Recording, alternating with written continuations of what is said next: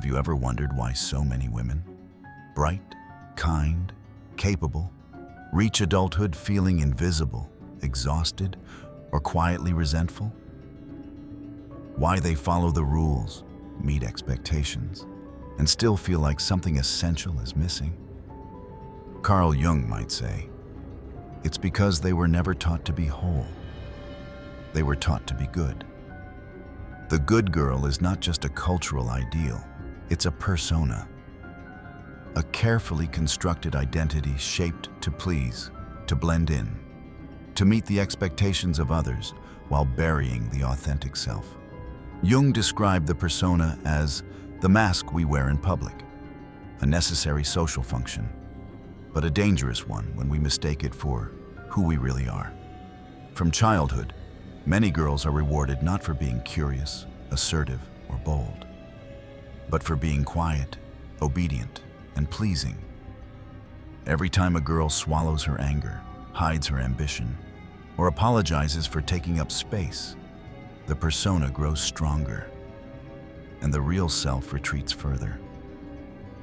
Jung believed that the path to individuation, the process of becoming one's true self, requires us to confront the mask, to notice when we're performing instead of living. And for many women, that performance is so deeply ingrained, they don't even realize it's happening. Psychologist Dr. Christine Courtois observed how unresolved trauma and narcissistic dynamics in families often assign daughters roles that serve the system, not the child. One of the most damaging is the good girl, the emotional caregiver who is praised for her silence, compliance, and service. Similarly, clinical psychologist Dr. Shefali Tsabari notes that daughters in emotionally immature households often learn to self-abandon to maintain stability. These expectations are not benign. Cultural critic Bell Hooks famously said, "Patriarchy has no gender." And it's true. Mothers may unconsciously pass down this conditioning, having once been praised for it themselves. And daughters, eager to be loved, comply. Jung believed this unawareness splits the psyche. The shadow, everything disowned, including ambition, desire, and rage, accumulates in the unconscious. But what is repressed doesn't disappear. It emerges in anxiety, depression, autoimmune disorders, burnout. Brené Brown, known for her work on shame and vulnerability, calls perfectionism a self-destructive, addictive belief system. It's armor. And for the good daughter, perfection becomes survival. It's how she earns love, avoids conflict, stays safe. Over time, this perfectionism becomes more than a strategy. It becomes a prison. Dr. Gabor Maté, in his work on trauma and the adapted self, explains how survival demands conformity in unsafe environments, but eventually, the adapted self suffocates the real one. The cost is high. The good daughter becomes the good partner, the good employee, tireless, dependable, emotionally available to everyone but herself. She is rewarded not with freedom, but with invisibility. Carl Jung once wrote, "The privilege of a lifetime is to become who you truly are." Yet for many women, becoming themselves feels like a betrayal. A betrayal of family, of culture, of expectations. Dr. Clarissa Pinkola Estés, author of Women Who Run with the Wolves, describes the buried self as the wild woman, the one who knows, who remembers, who speaks.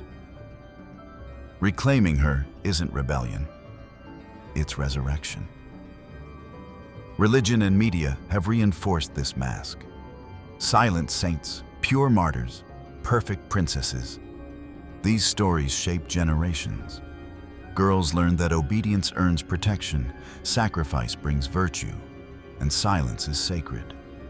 But healing begins with disobedience, with presence, with permission. Permission to say no, to rest, to feel, to speak, to live unperformed. The body keeps the score, as trauma expert Bessel van der Kolk reminds us. Chronic fatigue, anxiety, autoimmune issues. These are not random. They are the voice of a self silenced too long.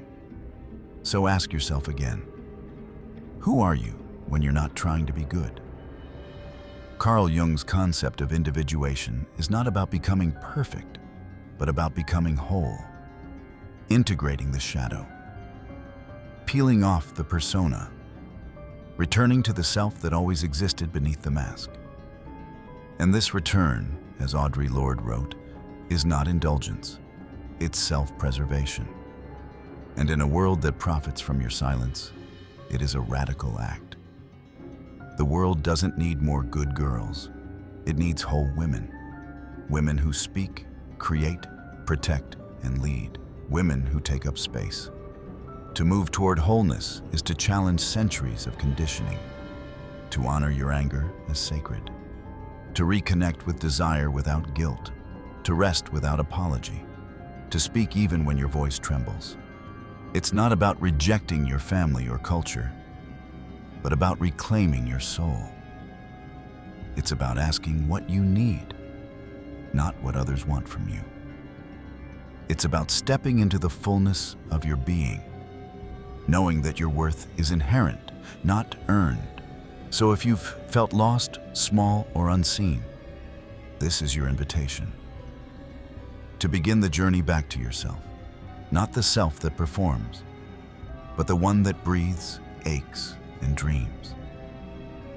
The self that remembers, the self that knows. You were not born to be good. You were born to be whole. And that wholeness, it isn't found in approval. It's found in authenticity, in saying yes to your truth and no to the scripts that shrink you. In every act of reclaiming your time, your energy, your voice, you are healing.